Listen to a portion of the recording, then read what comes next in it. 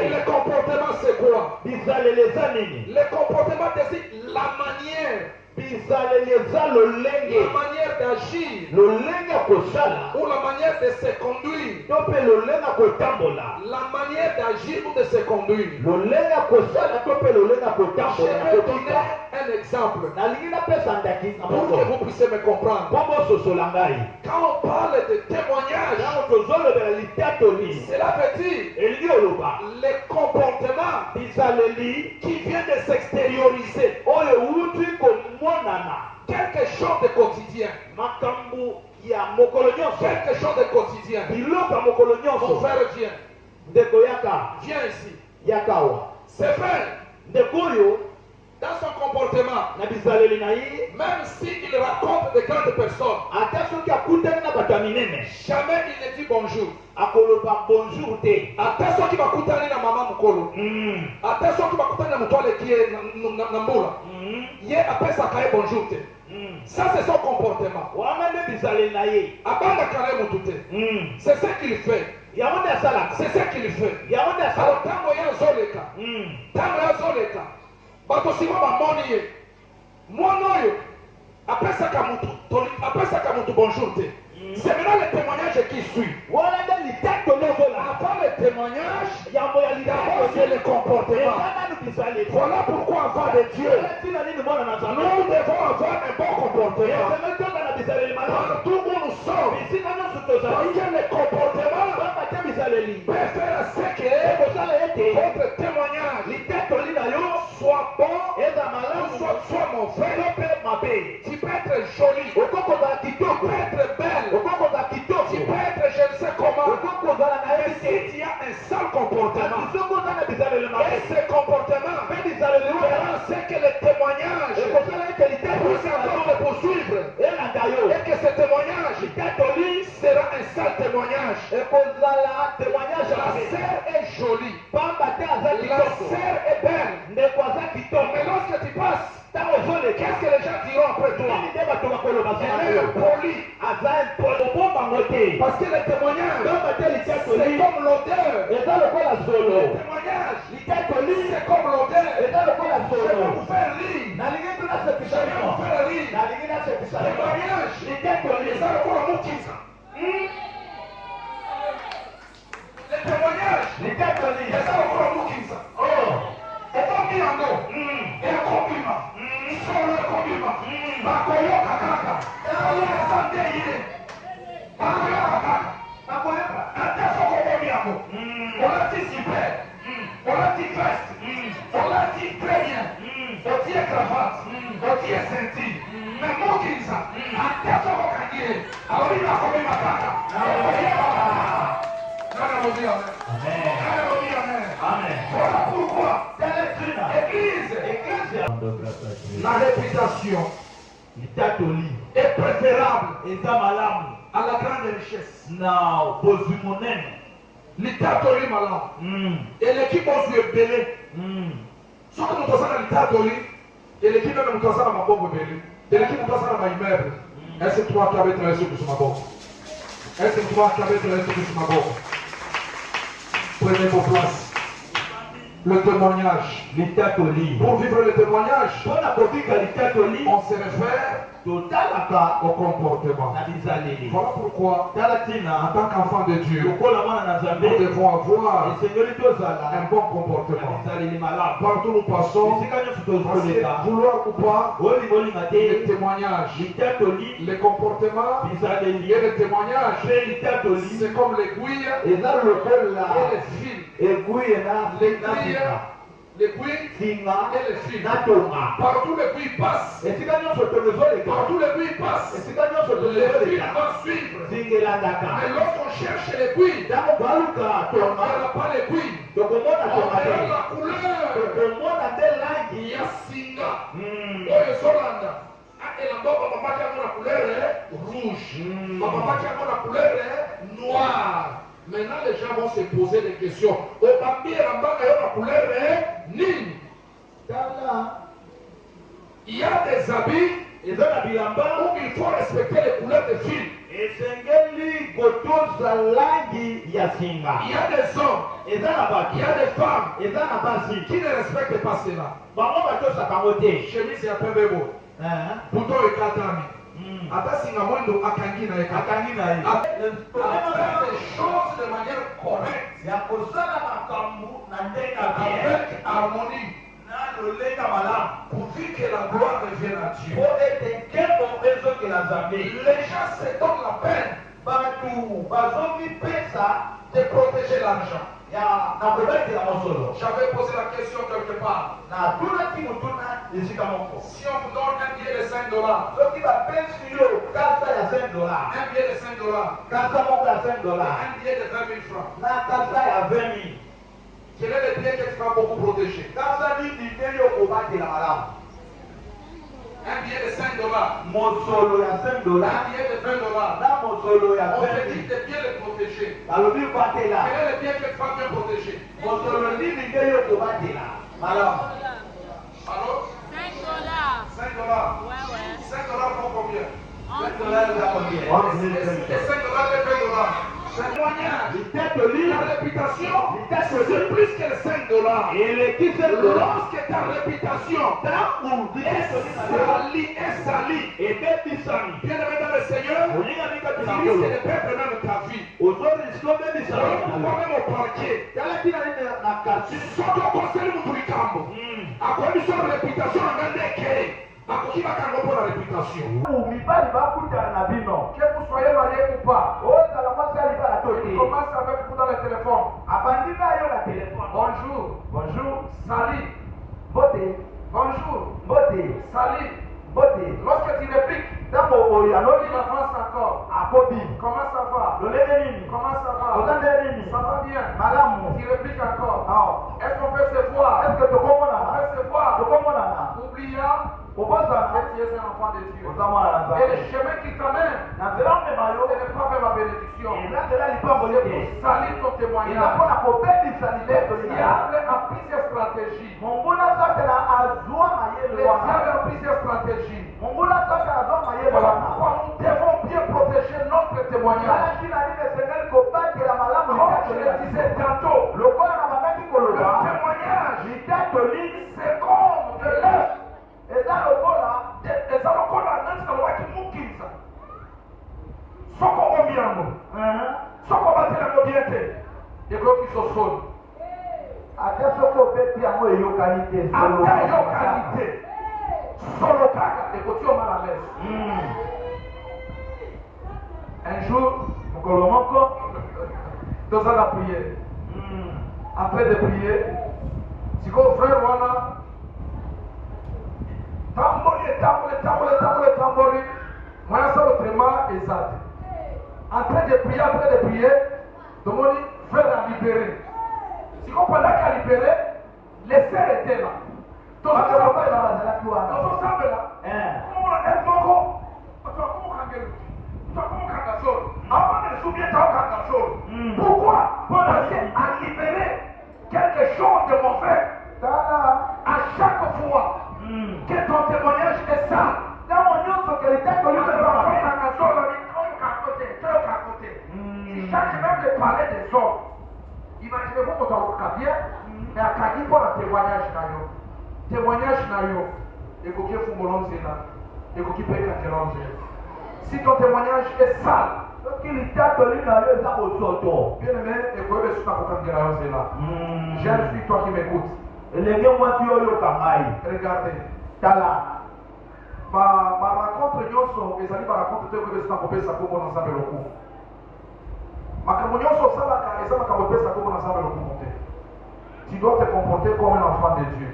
osengeli opika lokola mwana na Tu nzambe dois vivre comme un enfant de Dieu. esengeli opika lokola mwana na Parce que nzambe le témoignage est collé à ta personnalité. pamba te litatoli na yo ekangami na bomoto na yo Il y a des filles, il y a des garçons qui peuvent manquer de travail, qui peuvent manquer de relations seulement à cause des témoignages. eza na basi mpe mibali oyo bakokozanga mosala kaka mpo na Vous litatoli arrivez dans un quartier, okomi na quartier la moko fille est tellement belle, mwasi aza kitoko makasi comme tu es belle, donc tout le monde peut te percevoir même de loin. bato nyonso Mais lorsqu'on veut s'approcher de toi, tu écouteras les gens. Pardon. Sache que tu es déjà dans le mal. Même si tu es joli comment, même si tu es belle comment, il y a des choses que Dieu a programmées pour toi. Mais comportement témoignage si l'on pose des questions, maman na biso, bazwa mabala à cause du témoignage de la famille. Elle travaille. Alekisaka maman bonjour te. Alataka très bien. Azalaka mwana azalaka peto azalaka bonsomi. Mais soki totali génération na biso aleno, toza kipe ya yo. Kipe ya yo. Otala kutunga te. D'ailleurs so akutani na yo abeti yo kara. Bien aimé, tu vas échouer malgré beauté wana. Tu vas échouer parce que ta réputation est comme ça kolomba mabe. Okotula nango. C'est ça le vrai terme. Nous devons soigner notre réputation. La réputation, c'est l'image.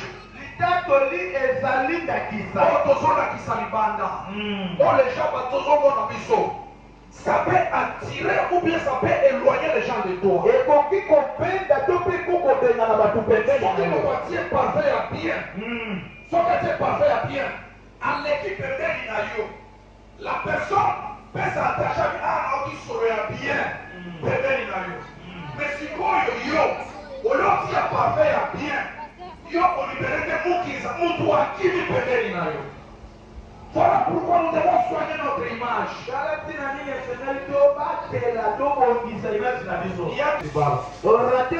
a des femmes qui ne savent même pas respecter leur mari. Il peut parler à son mari comme son enfant. Il peut crier à son mari comme son enfant. Ton mari est ton chef. Tu dois pas donc crier devant ton mari comme un enfant. Voilà pourquoi dans un atome, il y a ma belle fille, mais ma toula, kaka pour le témoignage. Non, ça me lance à la lelo. Ce qu'on s'en qui la carte verse, les lois de Seigneur changer de témoignage. Ce qu'on change de témoignage est malade pour l'endaille. Amen. Le témoignage, c'est comme un habit. Dans la famille, dans les quartiers, on y habite. Et l'on connaît le connaissant comme là. Le témoignage peut ouvrir une porte. Le témoignage peut te donner un travail. Le pasteur Mokis, en train de jouer à la santé à l'église. Il jouait à l'église, la santé à Beni. Il jouait sans travail. Il jouait. Bien le Seigneur.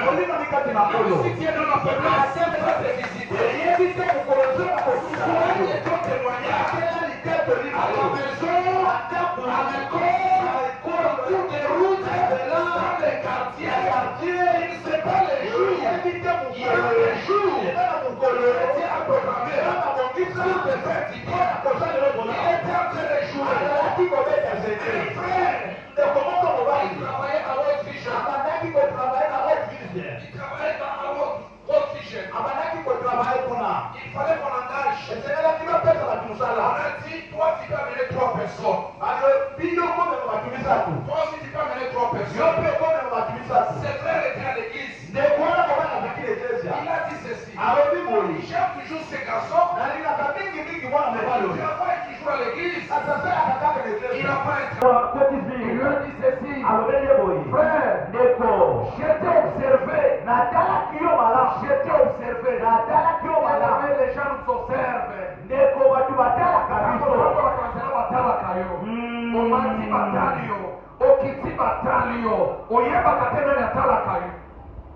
ce jour-là, c'est toi lui a dit ceci. Je t'ai observé.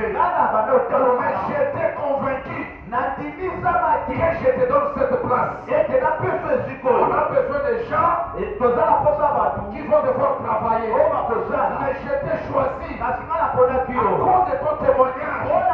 J'ai essayé de sonder namekaki koshona de sonner. namekaki kotuna J'essaie de sonner. namekaki kotuna Je vois comment tu vis dans les quartiers. oyeli nozobika na quartier À l'église, na eklezia on m'a dit, balobeli na que tu es un bon frère. tozande kwa mobala malamu Raison pour laquelle kala tina j'ai la joie aza na esengo de te mettre en sérieux. ya kotala wa Désormais, tu n'es plus chômeur.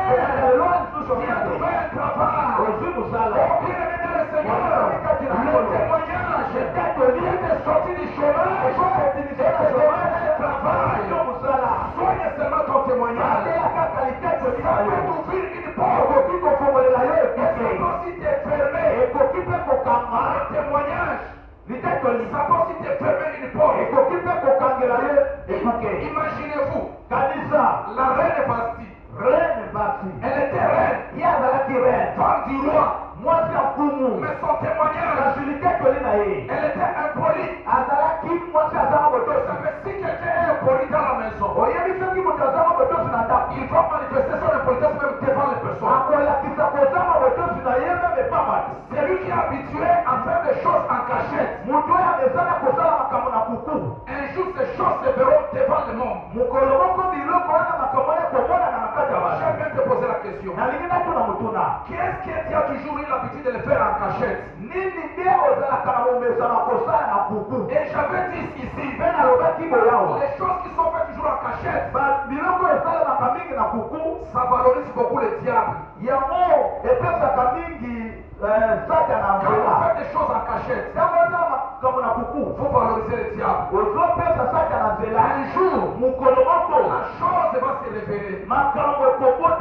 Je suis sûr et certain. Elle avait l'habitude de manquer son mari quand c'était à deux. Elle manquait à son mari lorsqu'ils étaient à deux. Elle n'a pas oublié. Et ce jour-là, ce n'était pas à deux, c'était maintenant devant les gens. On envoie le ministre pour l'appeler.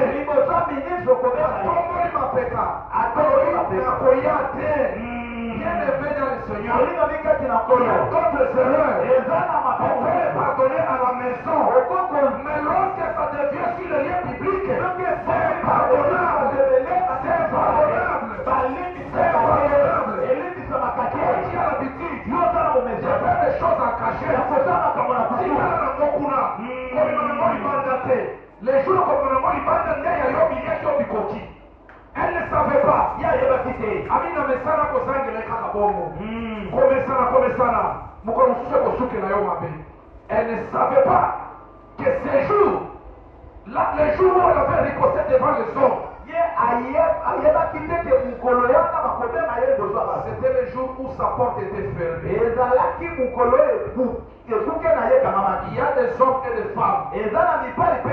Leurs portes ont été fermées à cause d'un petit langage, à cause des comportements.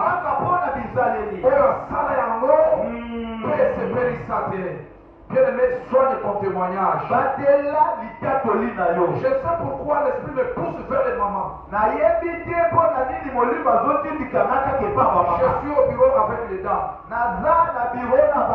Et nous sommes en train de voir ce que font les dames. Femme est mariée. Femme est mariée. Et très souvent, à cause des téléphones, bien-aimé dans le Seigneur, il faut bien gérer le téléphone. Parce que là où tu marches, il y a personne qui soit avec toi. Il y a des femmes qui sont très légères. Très légères. Peuvent donner son numéro à n'importe qui. Peut donner son numéro à n'importe quelle personne. Te dire tu es jolie, tu es belle, tu es ceci, à cause de ceci, tu vas perdre ton mariage. Les jours où ton fiancé, les jours où ton mari verra ces messages cachés, Seigneur, tu vis déjà dans la trahison. Les hommes ne supportent pas la trahison. Avant la tendeur, ezali yoyo ozalaka ya kobatama batama ya un jour okolima mpe libanda etali yo okobosana okende kotindela motu mosusu. Un jour kolomoko l'un de nos ministres, moko ya baministre na il biso avait son petit frère azalaki na lefini ya mobali et son petit frère était dans le cabinet. ndeko ya mobali azalaki na cabinet Alors son petit frère leki na ye ya mobali est allé chez les marabouts. akendaki epai ya nganga Il parlait avec les marabouts. ye azosolola na nganga Il voulait faire quoi? alingaki kosala nini Il cherchait à dominer son grand frère. azalaki koluka akonza yaya na ye ya mobali Tout ce qu'il va dire, oyo nyonso ya koloba Yaya Ndima. Lokola Yaya sa ministre, nyonso koloba Yaya Ndima. Ils sont pas avec les marabouts. asololi Ils sont pas avec les marabouts. asololi na Ils sont nganga pas avec les marabouts. asololi na nganga Les marabouts lui ont envoyé le message. Bamadi- Attendez le message. Attendez le message. Au lieu de voir tant qu'on a vu le message, voilà. Attendez la marabout, attendez le grand frère Naïe. Attendez le nani. grand frère Attendez le grand frère Naïe. Ah, le papa est déjà Kala. Grand frère là, t'as qu'à le dire. Mais là qui n'a dit si manangao. Kala makambaso yokan. Le même jour, kaka mokolango après ces ordres. Akota lisusu na cabinet Moussabe est signé. Pourquoi? Parce qu'il faut te jouer. Bien aimé, si quelqu'un te donne la confiance, ne trahit pas la confiance. Et ça la irrécupérable.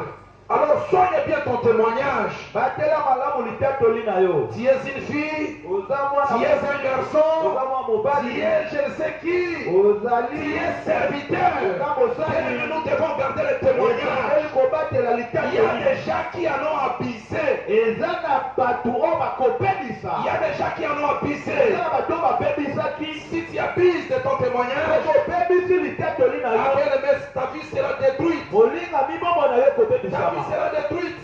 bombo na yo kobebisama Même à l'église, atako na eklesia quand nous venons, ntango tozoya il y a des gens eza na bato qui ont des sales témoignages, baza na litatoli ya qui ont mabe de mauvais témoignages. aya na litatoli ya mabe Bien aimé dans le Seigneur, olingami kati na toi nkolo qui m'écoutes, yo moto oyoka que ngai Dieu te fasse grâce. nzambe asala yo ngolu Soigne bien ton témoignage. batela malamu litatoli na Soigne yo bien ton témoignage. bongisa litatoli na Ce yo témoignage te vaut plus que de l'argent. litatoli eleki mbongo Ce témoignage, litatoli wana ça peut encore te faire du bien. ekoki kosalela yo bolamu Nous tels que vous nous voyez, biso ndenge omona on biso a hérité d'autres portes biso tozwa bikuke mosusu à cause des témoignages. mpona litatoli À cause seulement des témoignages, kaka mpona on litatoli a hérité d'autres portes. tozwa porte mosusu Les témoignages litatoli faire ce que tu réussis ou bien tu échoues. ezosala ete oyo eshue to mpe elonga Si tu as un sale témoignage dans la vie, soki oza na litatoli ya mabe na il n'y bomoi aura pas moyen de réussir dans la vie. ekozala na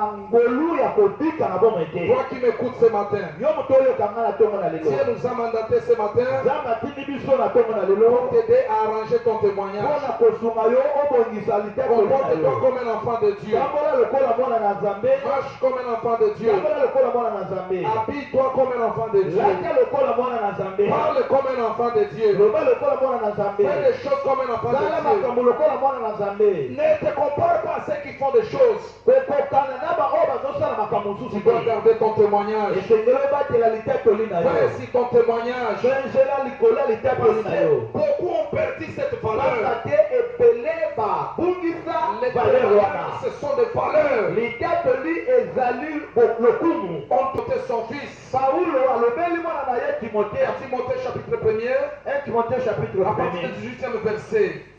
Le commandement que je t'adresse, Timothée, mon enfant, mobeko oyo nazolobela yo mwana na ngai timote selon les prophéties faites précédemment à ton sujet, et de ce que d'après elles tu combattes le bon combat, en gardant la foi et une bonne conscience. Cette conscience, quelques-uns l'ont perdue. Bamususu babungisi yango. Les témoignages, il y a d'autres qui l'ont perdu. À mon témoignage, c'est de l'autre côté. Non, bien aimé dans le Seigneur. Le témoignage peut t'ouvrir. Le témoignage peut encore te bloquer la vie. amen Alléluia. Amen. Il y a plusieurs qui ont perdu ce témoignage. Et belé babungi so litato wana. Devant les parents, un sale témoignage. Liboso bakoti litato Au wana. travail, un sale Na témoignage. musala litato Au wana. quartier, un sale Na témoignage. quartier litato wana. Mais tu veux vivre la bénédiction de l'Éternel. Oligobi kalipamboli na Garde bien ta réputation. Batela malamu litato Si wana. elle est bonne, Soki elle eza va malamu ouvrir des portes. ekofongolela yo. Si elle est mauvaise, soki eza mabe ekokangela yo ma porte. Là où d'autres personnes peuvent se réjouir, yo kolela. esika bato mosusu bakoko kosepela yo Et kolela. là où d'autres personnes peuvent encore avancer, toi tu vas reculer. esika bato mosusu bazokende liboso yo ezozonga nsima. Quand tu arrives, ntango ozokoma bato nyonso bakomi kokima. Yebisengasenga. Tala, eza na bafaiblesse mosusu esengeli obomba yango mpo na yo moko. amen. Quartier mobimba yebi kino yo osengaka sengaka. Pendant kozobimela kaka boye, abi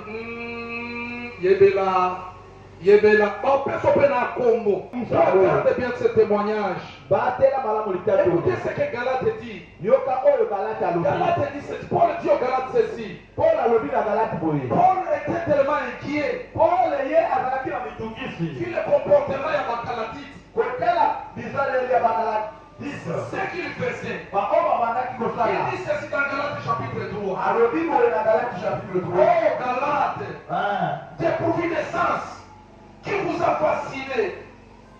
Vous aussi de Jésus-Christ a été peint comme crucifié. Voici seulement ce que je vais apprendre de vous. Est-ce que par les œuvres de la loi que vous avez reçu l'esprit ou par la prédication de la foi? Êtes-vous tellement dépourvu de sens? Après avoir commencé par l'esprit, vous voulez maintenant finir par la chair. Après avoir accompli, soit après avoir accepté l'esprit, tu es pas qu'un frère dans l'église. Mais le comment courir des jipots, comment courir des jipots. Non, le qui est pas dit bon. Il t'a la pipe. Il a comment on 4h du matin, 5h du matin, c'est moyen de l'envoyer. Témoignage ni le salon. Na quartier va venir sur Bayebio. Permets tu te bloques sans le savoir. Le présent que tu gagnes, ce sont des présents momentanés et comme je n'ai pas vu sa vie. Dans la Kindumba, laissez-moi vous dire. Laissez-moi vous dire. Laissez-moi vous dire. Kindumba, Kimoïdi, Pierre Masuka a toujours ma vie. Kikuluna Masuka a toujours ma vie. Je connais une de nos sœurs. Na quartier. Pendant ce temps, Annette Nazoroba, elle peut nager dans les 65 ans. 65 ans. Imaginez-vous 65 ans. Alati, moi Jip et Amkousé. Jip et Amkousé, qui ont appelé Azoke de Atiel et Manababa. Bon, imaginez-vous, donc, Nayomoko son aux autres sous-solités. Mais si ça, nous se termine dans notre et sur l'accent, nous esili, nous va passer un message nango. Moussa Moussa Kosala exalté. Les jours à Koutani na Serwana, non, où est ça Moussa Kosala? Pourquoi a-t-il sa fille na Yokobana Bomwana? Pendant que nous sommes pétrissés, Botikanga, Nazana Moseka, Nasengeli na Mukamino, Tina 65 Mukamino, et Kokufa Tayebite ma Bemakas. Qui dit Amen? Amen. Alléluia. Amen. Dans son parler tout s'écrire. Gloire. On s'y dit? Non, on dirait que tout le monde va s'y dire. Est-ce que vous pouvez l'esprit sur ma voix? Non, c'est pour ton bien, c'est pour ton bien, ma soeur. C'est pour ton bien. C'est pour ton bien. Pour ça, la maison, pour ça, la maison, ça n'a pas mon ayo. Ça n'a pas mon isayo. Obi mana situation wana. Bien aimé, au savoir si au sengeli na libala. Au savoir balo sengeli kwa musala. Amen. Yo pe sengeli batenga yo madame. Amen. Yo pe sengeli batobati no yo peka. Yo pe sengeli tango le peka. Otamboli boy, batope baba non, depuis ce moment-là qui tout le monde situation là y a changé na lobi. Amen. C'est très facile. Nani alokio. Bisale ne uti wapi. Et uti wapi. Na Galates chapitre 5. Galates chapitre 5 na zote de koshite. Galates chapitre 5 nous dit ceci.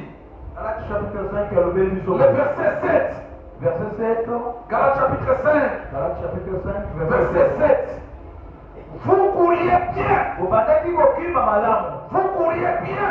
Qui vous a arrêté? Obandaki kokima malamu. Nani nda pekisi yo? Obanda kosambela nzambe malamu. Mardi, jeudi, obanda kosambela nzambe. Lundi, mardi, mercredi, jeudi, vendredi, obanda kosambela nzambe. Sikoyo, nani apekisi yo osambela nzambe? Nani apekisi yo obondela nzambe? Obandaki kobanda nzambe très bien. Siko nani apekisi bino? Ate soki kiti eza ofandi na yo, donc motema na yo ezoloba te. Paul dit ceci. Cette influence ne vient pas de l'Éternel qui vous a appelé. Cette influence ne vient pas de l'Éternel. Le témoignage peut être détruit. Soki omikuti kati na entourage mabe.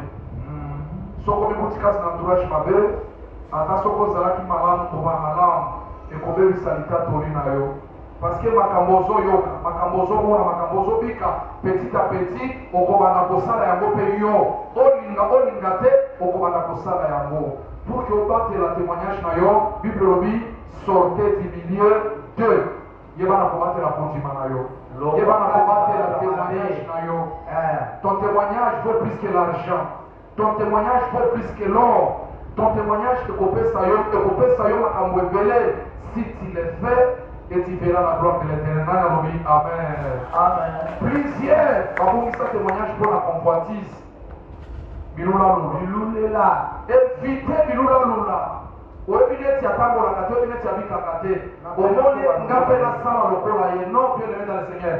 Garde bien ton témoignage. Amen. Amen. Le témoignage est détruit par les mauvaises compagnies. Ma camarade ya Lokuta. Camarade yo, camarade camarade ya mabe tikala na ye akomemona nzela ya mabe okobungisa mpe okobebisa mpe témoignage na ona nalobi amen. Amen. Nous sommes là pour garder notre témoignage. Ata soko lalaki nzala. Écoutez, yoka Dieu m'a fait grâce. Pendant plusieurs jours, je suis à l'église. Et très souvent, j'ai la grâce, il y a coupé sa batotoli.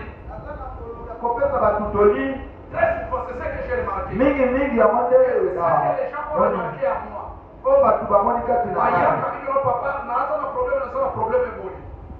Et la plupart des gens qui viennent à mes côtés, ce sont les mamans, ce sont les filles. Ils viennent me confier leurs problèmes. Écoutez ma soeur, écoutez mon frère, toi qui m'écoutes. Si vous passez les moments de faiblesse, les moments de difficulté, auxquels je n'aurai pas honte de vous le dire ici. Il peut arriver que vos amis soutiennent. Il peut arriver que même le sous-vêtement est aux amis. Il peut arriver que même parfait aux amis. Ma foute est à aux amis. Bien aimé. Côté Kaboseka, parce qu'il y a ma camobéro comme Kewa. Une de nos sœurs à Sangaribala. Pourquoi? Pour la patience. Bien aimé, ce sont des choses passagères. Et pour les Kanango. Moi qui vous parle, maintes fois je l'ai dit ici. Même les sous-vêtements, j'ai manqué les sous-vêtements. Nasana sous-vêtements, nakangi lisita. Nakangi sous-vêtements lisita. Sous-vêtements, moko. Tozo de tabal. Nade défenseur. Kando bazoya, jouer dans zoya. Lisita ça nini? Ekita. Mais j'avais gardé la foi. Après quoi qu'il a ça dans bongo, n'a gardé qu'à la foi. Jour mususu, na sukoni yango, na saliere, na jekolata na pantalon ya kaki, na epe na fani na kit. Tango na fani na kit, grâce à biso azala kiwana amona bite. Papa ko fandeli mai na pena ko sala sala na fandeli mai te na sukona kide yango. Bien aimé, même si tu traverses ces moments, attends comment tu peux visiter.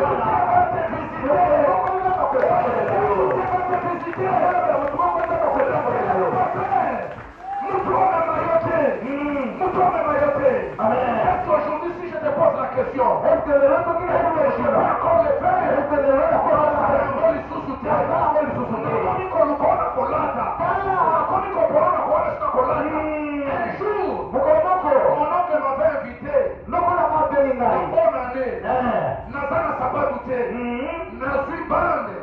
Natia na musapi. Nakosi ke naza na pota. Dala. Pota te. Pauvreté. Kozama. Pauvreté. Kozama. Natambola koyo. Natambola bondine na ana choke. Choke te. Pauvreté ni papa kaka. Non, bien le Seigneur. Même si tu traverses les moments difficiles, le Dieu à qui nous avons pris a la capacité à communiquer. Chaque situation ailleurs. Garde la foi. Garde la foi. Garde pas ton témoignage. Les tentations seront là. Les tentations seront là.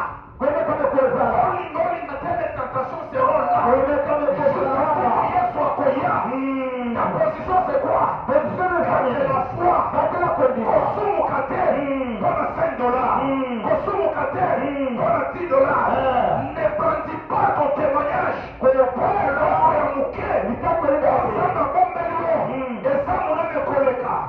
Avant la bénédiction, il y a la tentation qui arrive.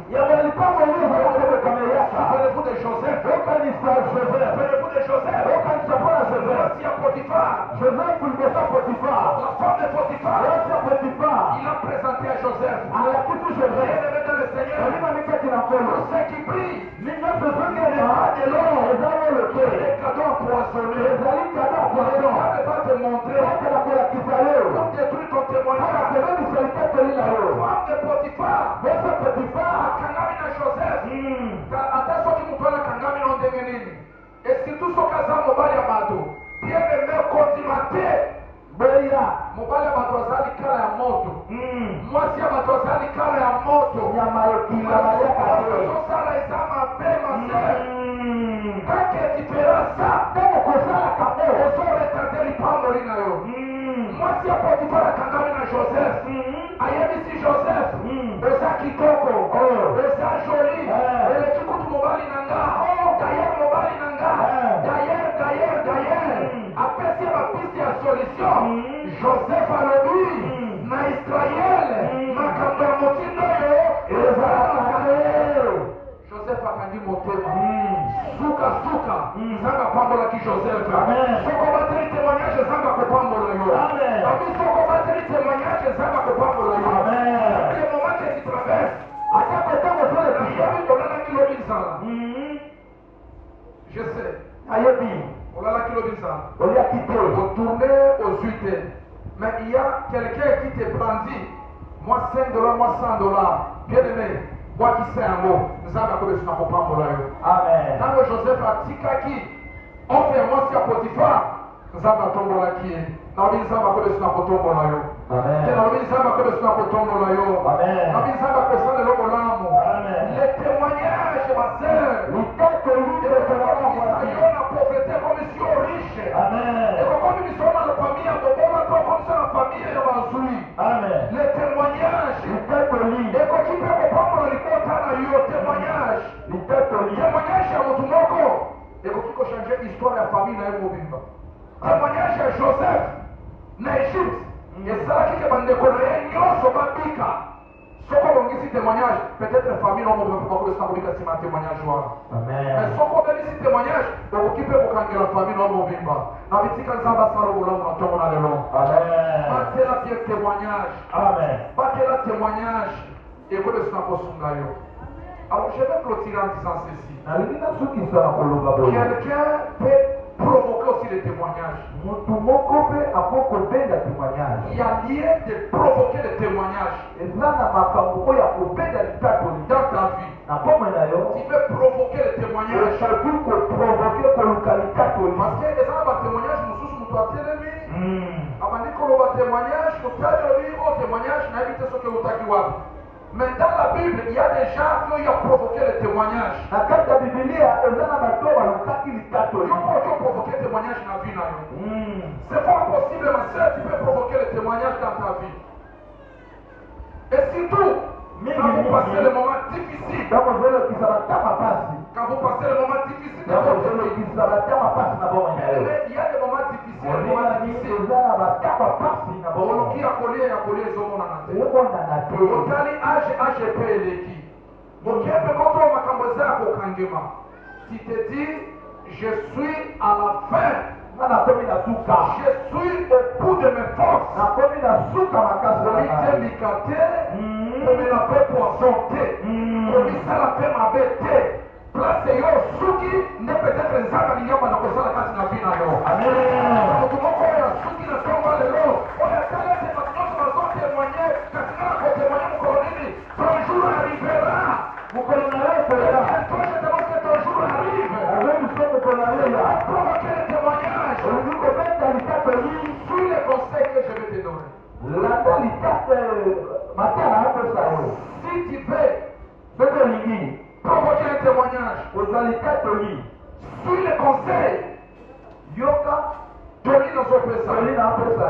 à prendre ou à laisser. Mais moi je te dis prends-le. Ça va devoir t'aider. Tu veux créer un témoignage. Tu cherches à créer un vrai témoignage. Il y a des choses. Il y a des choses. Écoutez, je suis dans le livre de Actes des Apôtres, chapitre 16. Le verset 25e. La Bible dit ceci. Vers le milieu de la nuit, Paul et Silas priaient et chantaient les louanges de Dieu. Le roi de Dieu. Et les prisonniers les entendaient. Tout à coup, il se fit un grand tremblement de terre, en sorte que le fondement de la prison fit ébranler. Au même instant, toutes les portes s'ouvrirent et les liens de tous les prisonniers furent rompus. Les liens furent rompus. Le secret pour vivre un témoignage dans la famille. Quand la famille est liée,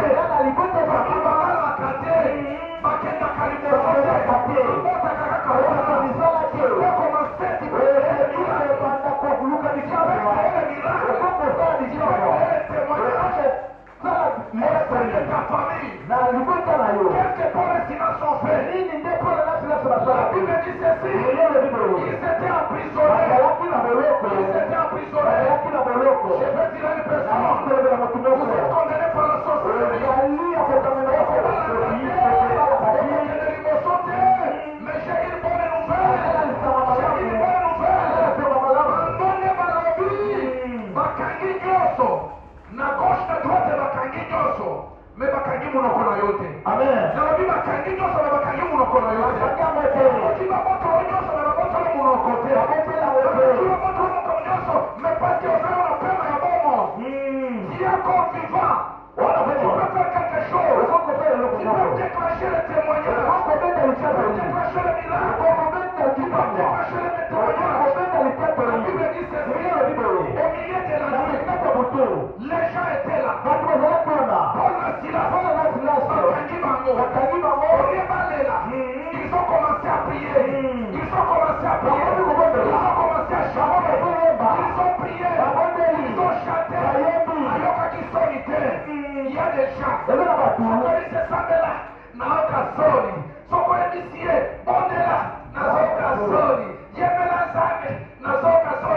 Dieu bénisse les bien-aimés qui nous ont fait danser aujourd'hui.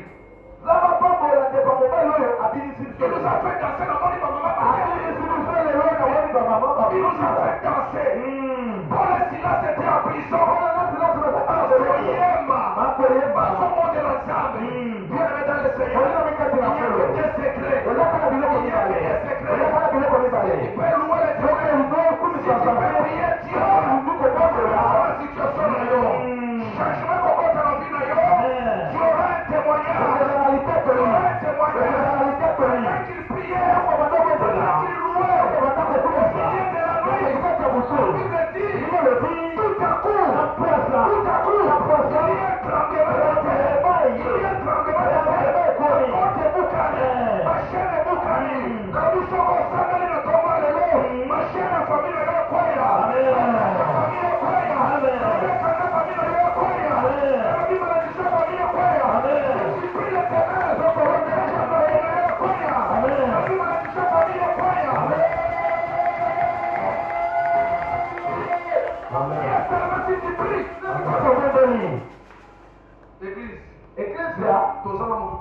biso liboso.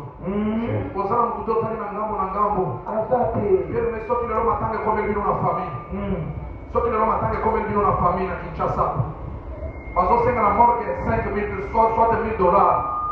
Basengi ke boke lozwa libulu na bite soki 3 000. Otali na gauche, otali na droite, otali neti mama bota yo, okomi ko répéter. Mais nous avons un Dieu au ciel. Nous avons un Dieu au ciel. Ouais, mais ça va intervenir. Azama makokia pour nous la situation wana. Avec nous sakabato ba pauvre et comme si bato ba riche. Bien aimé, le sambo qui ko changer vie na yo. Le sambo qui ko menana na dimension mosusu. Amen. Moi qui vous parle. Moi qui vous parle. Je suis amoureux de troisième chose. Oh, Nazar. Je suis venu vous annoncer 3 jours de Zoba na Calamine. Je suis venu vous annoncer que 3 jours de Zoba na Calamine. J'ai vécu beaucoup de choses pendant 3 jours. Nabika Makambebele pendant 3 jours. Mon diplôme. Diplôme d'État. Maya présenté 10 ans après. 10 ans après, j'ai joué, je n'avais pas de moyens. Quand on allait à Kinshasa, j'ai commencé. J'ai recommencé encore. Nabandi Kotanga. Pour présenter l'examen d'État. Quand on a présenté l'examen d'État, l'examen d'État est signé. Naloti. Nawana naosoma na uniforme. Imaginez-vous, kapata papa tinga nazosoma na uniforme na bana mike. Nazosoma na uniforme. Na surtout qui n'a d'autres na bindoto na boya. Quand je suis na uniforme na boy. Or, quand on a présenté tout le monde na mona ndoto wana. Et la deuxième fois, je me suis dit, je ne veux plus prier. Na côté 6-18. Na côté 6-18. Na l'autre petit frère de 18 diplômes. Je me suis dit, diplôme à petit frère les a gâtés. Diplôme à petite sœur, il y a petit frère les a gâtés. Alors, cette fois-ci, on a encore 3 jours. Dites avec moi 3 jours. 3 jours. Mercredi, jeudi, vendredi, samedi, Tokozalao. Pour avoir un problème, dans la Soko-Sambérité, il n'y a personne qui viendra changer ton histoire. Pour qu'on soit fait témoignage. J'ai prié le 3e jour. Dans l'autre, nazokende nani naza chef de promotion naza na syllabus na lati lokola naokende musala lokola kalume mais j'ai des syllabus avec moi naokende peza na syllabus naokende peza na syllabus na mo peza na étudiant naona kati ya ndoto na lamuki na sali wow c'est ça le rêve que j'ai cherché résultat est venu si l'onandé représenta qui tous étaient bazouis. Et si tous engandent les 12e. Si tous c'est moi qui étais les 12e. Si qu'on a eu le bouson qui n'a dit Jacarosamo, mais le batata qui est 11e, les 12e ont échoué. Nous ont échoué. Le corps qui c'est quand ils n'ont pas échoué. Nous ont échoué du sous-souté. Tu vas bien échouer. Après tu vas te révéler les secrets. Tout c'est ton témoignage. Tu vas réussir. Tu vas réussir. Tu vas plus échouer. Attendez la prière. La prière. Le témoignage. La prière. Le témoignage. Une deuxième fois. Je voulais rentrer à Kisangani. Je suis allé dire au pasteur. Je vais aller voir maman. Nakosiye. Avec l'idée. Nasongela makopa affaire nanga. Nasongela ma affaire nanga. Moi, donc commerçant ya bien yo ya télémia.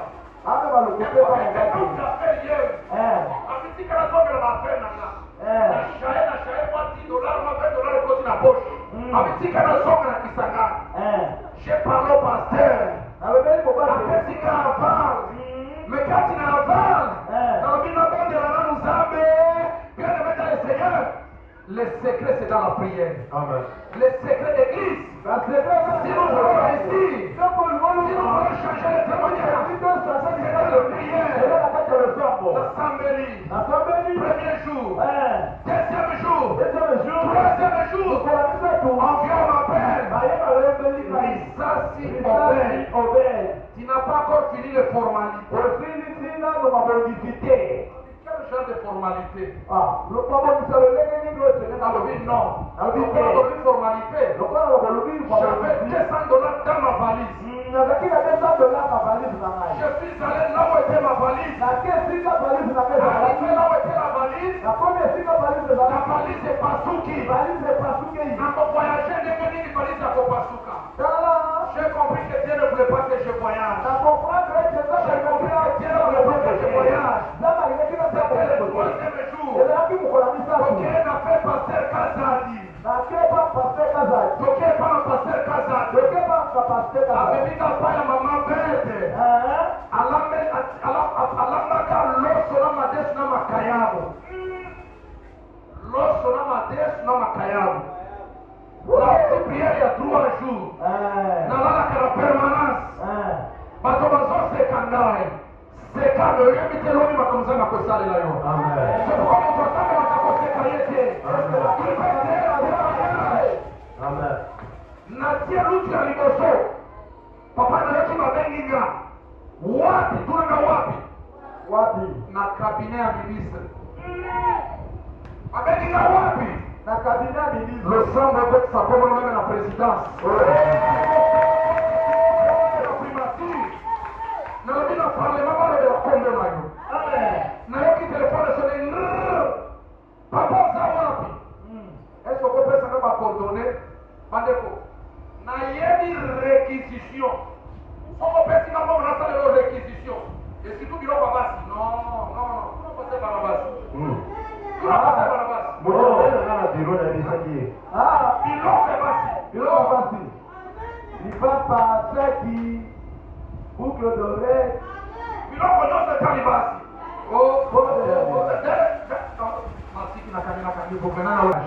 Lelo naza fier na ensemble na salaka pendant ces 3 jours. Et pesinga diplôme, l'ensemble pesinga matricule, lelo naza salarié à cause de l'ensemble. Lobi na kosoma mapango à cause de l'ensemble. Na kobonga lobi à cause de l'ensemble. Quelqu'un qui néglige la prière, néglige sa vie. Paul, malgré ma maman difficile, assemble la Kizari, au milieu de la nuit.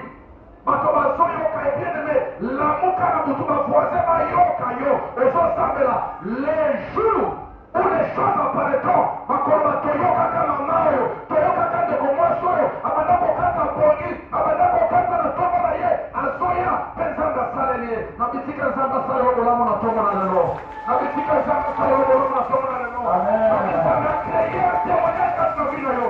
Amen. Soit c'est non. Mon père doit se faire de prière. Apprends à prier. Ma soeur, tu es belle. Beauté sous-quittée. Il y a d'autres forces. Pour que vous pénétrez, il faut la prière. Et là, amen. La prière. Dites avec moi la prière. La prière. La prière et la louange. Ce qui va nous permettre comme nous allons parler sur la louange. Mais prière, et même une 2 dimensions. Là, c'est la 3e dimension. Là, c'est la 4e dimension. Que l'Éternel Dieu vous bénisse. Amen.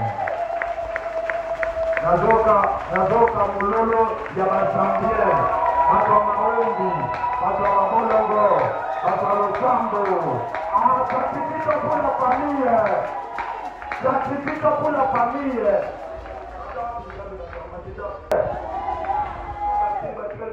Sacrifice pour la famille.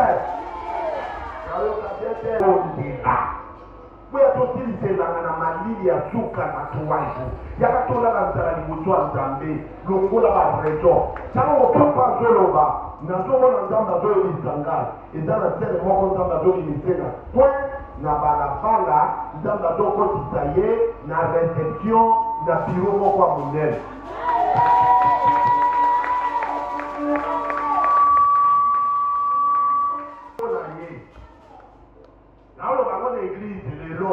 Les 4 heures.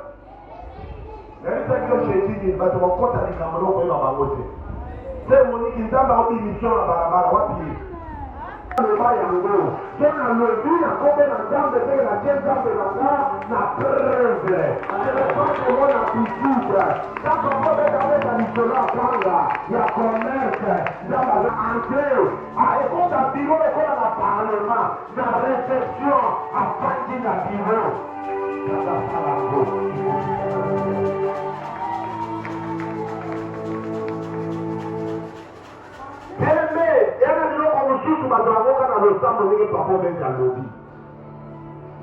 Totali na mimi ya fiançailles na maman Joseline.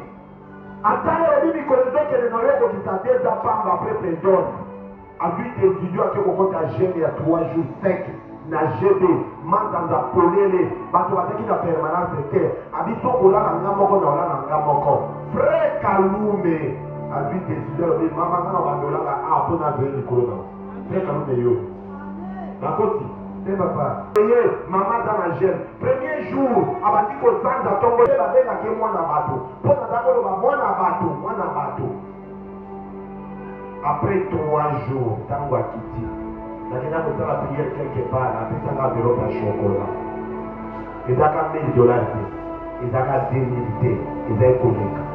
To sala mariage, to tikala na 1200. Amen. Témoin, azake témoin yo yo mutu mapanga kinaye na prière. Prière à 3 jours de programme na ko pamba te za facilité. Tant que daki na lulua, soto ko ki jere sec, bakoeba et pas passer ba na base ba to batana sec so ki kimi e koti. Premier jour to ko dans moi le ide. Deuxième jour, ce que comme la propre deuxième jour, parce qu'on est chaos. Voilà maman on va passer la vie et c'est yindi vous ne pas passer. Le premier jour, pasteur Mélanie va tout le monde là rigo. Rigo bien, na deuxième jour on a vaya, on a rappelé ma case. Le deuxième jour, ma case ici. Na on va y sauter na oye bisayo. Et le cognon soit va y sakao ni pas pour lui dans la case.